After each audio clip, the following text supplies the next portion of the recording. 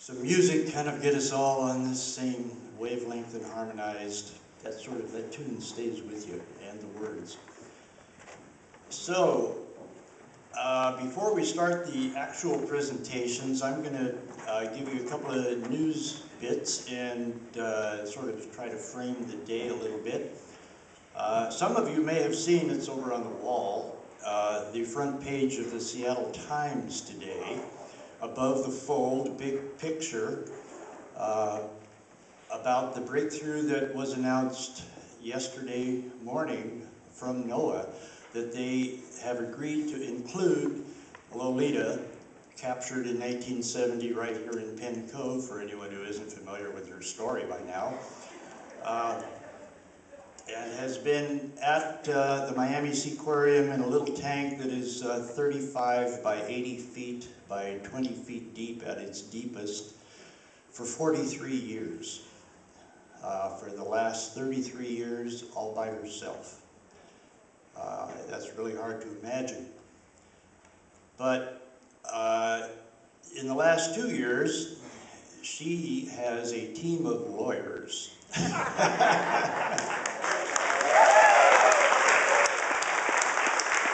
Yeah, it's made all the difference.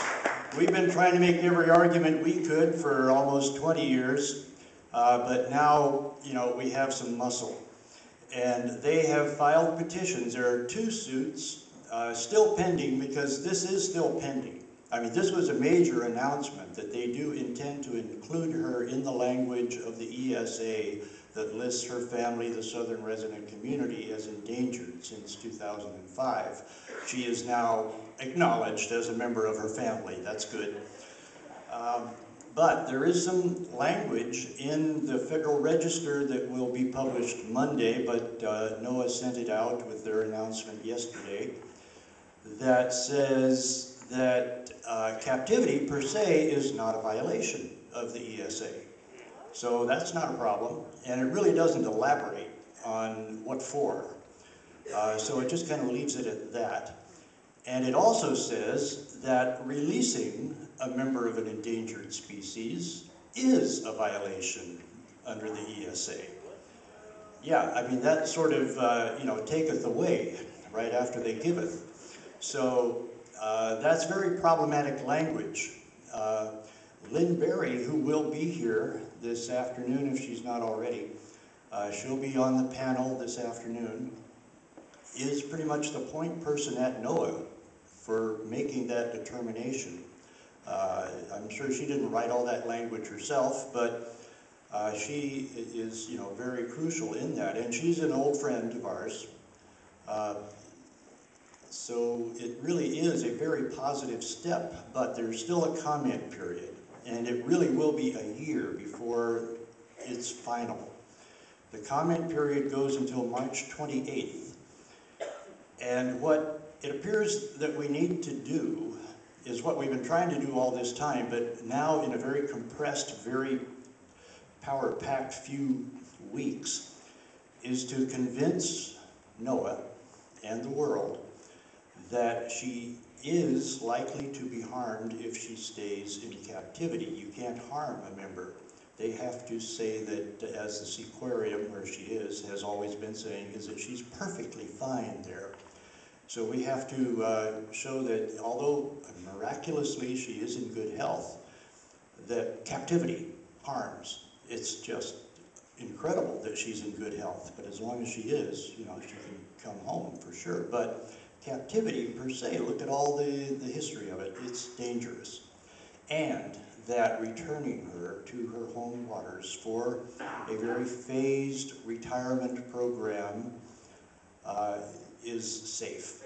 That there is no stage of that whole project that is dangerous to her, that would be likely to harm her, given all the options of swim-free or stay and all of the very gradual phases of returning her to her native habitat. So that's sort of the challenge. The consensus has been, and it's been, largely fueled from the industry itself, the theme park industry, that it'd be a death sentence for her to come home. So we really have to reverse that. And I think NOAA is receptive, and what Lynn Berry said in that same article in the Seattle Times, I think is very promising. It is basically that they're still assessing. They need to hear from people. And, you know, they're going with conventional wisdom, but it could be different. So, anyway, I think there's a lot of daylight there. And so we'll be talking to Lynn about that. The other thing I want to talk to you about is something that's become known as the Blackfish effect, which is really interesting, really incredible. You know, people make documentaries, and usually they go to film festivals and then they drop off the face of the earth. But this one, a year ago, just 1 year ago, it premiered at Sundance Film Festival and got rave reviews in the first day. That's good. And then within a week, CNN and Magnolia Pictures had partnered to pick it up. And that was, of course, very promising. That gave it a theatrical run. And it showed on CNN this fall, 14 times to my account, which is great. And it has since then gone on to Netflix streaming, which I've read promises another 20 million people will see it. And from the first week, a year ago, it has brought in reviews that are just incredible, just from all the major publications, the trade publications, National Geographic, New York Times, Washington Post, LA Times, you name it. Every major media was just, you know, kind of taken aback, moved, kind of shaken. A lot of reassessment of what they formerly believed. People who had no particular interest, you know, SeaWorld is like Disney World, and they'll go there, you know, on a vacation. They never thought about it. It's just another attraction until they saw Blackfish. And it has shaken people up to the point where they're just all saying almost universally they're never going back there, and they will tell their family and friends that are never going back there. And it has completely shifted the paradigm. It's just incredible. I'm still in awe of this phenomenon that is still unfolding. I mean, it's still, they're fighting back now. They've issued a few kind of lame statements, but now it seems like they've marshaled their forces and they're doing all kinds of blogs and media tricks to try to fight back on it. But it didn't win a nomination for an Academy Award a couple of weeks ago, and at first I was real disappointed about that because I thought that'll up the level and really give it a whole lot more exposure. But then, you know, it occurred to me, wait a minute, in a way that puts it in the mix with all the other entertainment. And it sort of identifies it, labels it, frames it as just entertainment, you know, competing with other thrillers, some of which are very, you know, important educational documentaries, but nothing you can really do about those. And they, you know, kind of tug at your emotions for a while, and then you walk out of the theater. When you see Blackfish, you walk out of the theater with a whole new resolve, a whole new feeling about orcas, about putting them in captivity. And that crosses the line. That goes right through those walls that, you know, our people, Western civilization, Euro-Americans for hundreds of years have built up between us and all other animals. And Blackfish goes right through that and says, these animals need our help. They feel, they know where they are. They are just as capable as we are in every way, and we enslave them and brutally abuse them, in effect, and call it entertainment. And that really opens hearts and minds to not just orcas, but once you go through that wall, you can see what's on the other side. And it depends on what you see and know. It could be elephants, it could be wolves, it could be salmon.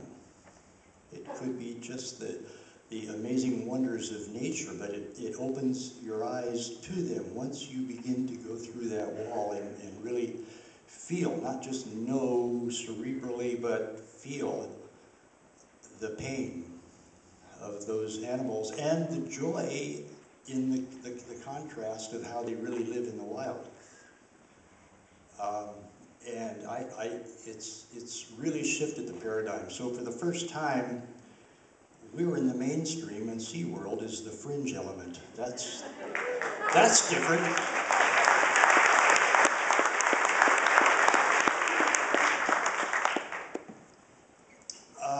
So back to the here and now. Today's program is different than most. Usually we talk about whales, ways of whales. And of course we will be today too.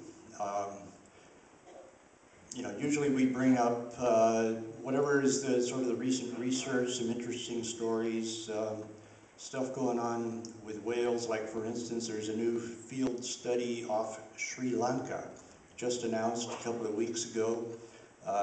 They're conducting demographic photo ID studies of a population of orcas off Sri Lanka in those tropical waters. Who knew that there were any? They're using the methods that were pioneered by Dr. Mike Big here in the early 70s and replicated by Ken Balcom, who will be here if he's not already. But they're describing for science a new population of orcas. This is fantastic, and this is what's been popping up all over the world ever since the 70s, really, beginning with Southeast Alaska and on to Antarctica, New Zealand, and Argentina, and all around the world. So it's really exciting to see that. So we'd like to cover that. And just yesterday, across my email stream came news that a new species of Amazonian river dolphin has been discovered, identified for science. That's pretty fascinating. I'd love to get somebody here who can sort of describe how that happened. A new boto, a new little obscure, you know, muddy water dolphin. I love it. And another report just came across, which is a kind of a chilling tale of the orcas in the Atlantic, the eastern Atlantic, Mediterranean orcas have gone extinct. And in fact, all of the orcas from east of the UK all the way down to the equator are probably going extinct, is what they're saying. These are, some of them are tuna specialists. They catch those 60-mile-an-hour tuna somehow. I don't know all of the definitions and descriptions of the different communities or exactly what orcas we're talking about. I've only really read the abstract, but they're saying that it's basically they're attributing it to PCBs, that their systems have been so compromised by PCBs that they're just not reproducing. And that's a frightening thought, and of course we're seeing shades of that right here. So, you know, there's a lot of really important news to talk about out there. But today we're going to talk mainly about salmon, about orca's dependence on salmon, because that just is kind of distilled down since really before the listing in 2005 under the ESA, but more so since, that they depend on salmon, and not just any salmon, but Chinook salmon are crucial. They just won't survive if they don't get sufficient supplies of Chinook. And that was illustrated very plainly for everybody this past summer. What a weird summer it was. I don't have all the numbers, and I'm imprecise about it, but there were long gaps when there were no orcas, or only a few. There were weird fragments, J-pod for virtually the first time, but for the first time for a prolonged time, split up, Group A and Group B. And for part of the time we had only part of J-pod They've always been the most cohesive, bonded pod of them all, and yet they split up. We had this weird little subgroup of 3 L-pod whales, the L-22s, were off Eagle Cove and False Bay for a week or so more at a time with no other whales, and you know, what are they doing there? And then a little later on, this group of 5, the L-54s, popped up and were sort of, you know, one little subgroup that hovered around. So even when, you know, reports are we had L-pod or we had J-pod, maybe we had some of them, but we didn't have all of them, like most summers have. For really all of, well, May through August, there was just a scarcity, very few. There were lots of transients and lots of humpbacks, an influx of humpback whales, you know, so the whale watch boats had plenty to look at, but in the back of everybody's head is where are the residents? And part of the answer could be that, well, probably, that they were on the continental shelf intercepting the salmon headed for the Columbia. And it was a good year, given the post-dam baseline of the numbers of salmon. It was a record since 1938, I understand. So lots of Chinook were headed up the Columbia, so you know, a lot of them were out there, and we hoped that they were getting enough. But there were 4 mortalities this year and no new births. So, you know, that doesn't sound like they're getting enough, and that weird behavior certainly, you know, tells us that they just aren't finding enough to eat. I think they prefer to party. I think they prefer, when they have lots of food around, to you know, take a lot of breaks and get together, and you can see it in their behavior. You can hear it in their calls. They're socializing. They're enjoying themselves. They're doing a lot of, you know, greet and meet and mix and merge and all kinds of stuff. And we did see some of that in September. It looked more normal finally, and that correlates, by the way, tightly with the Chinook runs up the Fraser River. And we've known from the prey studies of the past couple of years that they do depend on those Fraser River Chinook during the summer months. And they were flat until September. So that's a real good indication of why they were not here. So we're going to talk about salmon today, because that's what they need. It's sort of like we're trying to channel Granny. What would she want us to talk about? You know, okay, all these people who care about orcas, who love to come out and see us, we'd like them to help us.